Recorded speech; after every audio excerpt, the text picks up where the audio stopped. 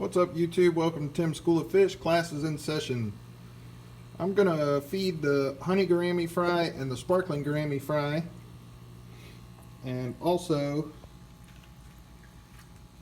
the platy fry that I have over here. I'm gonna feed them some brine shrimp. So I've got a little brine shrimp hatchery in a 2-liter bottle. I'll just cut the 2-liter bottle in half and inverted it. Put a little bit of water in there, about half a teaspoon of aquarium salt, a tiny little bit of just a small little pinch of baking soda, and then the brine shrimp eggs. And I've got it on a gang valve here and an air pump, and got it just clipped to the side, and bubble some air through there. Drop some eggs in, and about 24 hours to 48 hours later, you've got brine shrimp. So what I'm going to do is feed the honey gourami fry here and the sparkling gourami fry over there and the platy fry right here. So I'm just going to show you how I do this. I just turn off the air pump, let it settle for a few minutes, and you can see how it's this dark orange color down at the bottom. So I've got a little plastic transfer pipette. I'm going to try to do this with one hand, so if I start shaking, I apologize. So I just take the transfer pipette, give it a pinch, stick it down in the water here so that the tip of it goes down toward the bottom, and suck it up.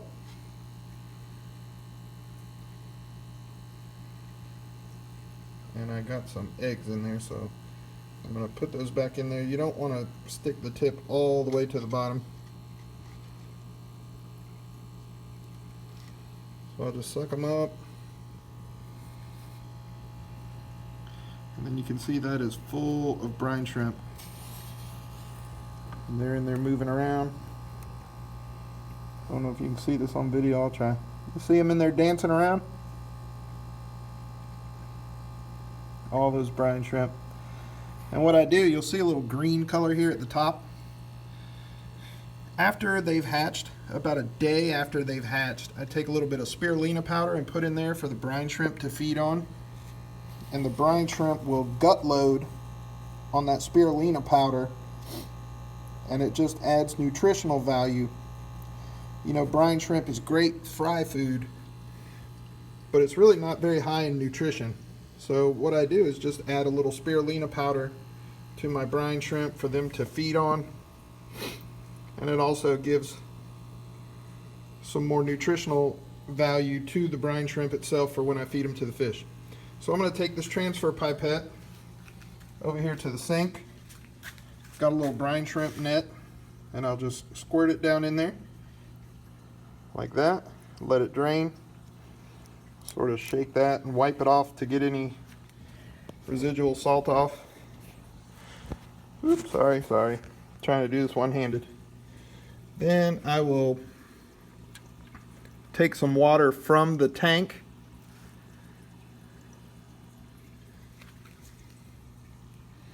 and use that to rinse the brine shrimp. For each transfer pipette of brine shrimp, I'll get about 2 pipettes full of tank water to rinse the salt off. Not sure if you have to do that, but I like to do that. So this is going to be hard with one hand, so bear with me. So I will take the net with the drained brine shrimp, and I will just take my finger and invert the net like that so that the brine shrimp are stuck to one side. Hang on one second. And then I will open the tank lid and take that net and just swish it in the water to get the brine shrimp off.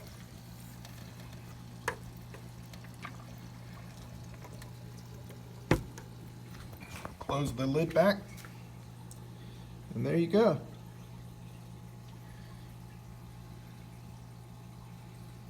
Brine shrimp feeding time. So these are the honey gourami, and if you watch the other video, these guys are only about 3 weeks old. Maybe you can catch this, the big guy feeding, but it's really hard to see them feeding because they're still really small and kind of skittish. But that's how I do it. That's how I feed brine shrimp to my fish. One other thing, you notice I've got some bubble wrap over the holes of this little 10-gallon aquarium. And you might be wondering why I did that. Because there's an opening here and one in the back for a hang on the back filter and one right here for feeding on this little 10-gallon aquarium kit. I just covered it with some bubble wrap. The reason I do that is, hang on, I'll come back to that. There's one of the smaller ones. You can see him munching away on those brine shrimp. Yeah.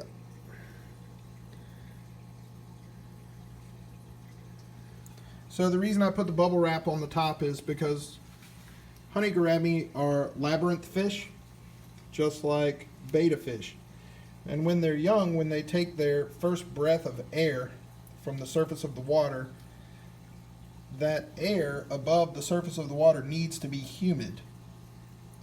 If it's not, if you don't have your tank sealed tightly and any air cut off, I live here in Florida, so the air conditioning is pretty much always on, so the room is cool, and we need to keep this tank covered and keep the humidity up.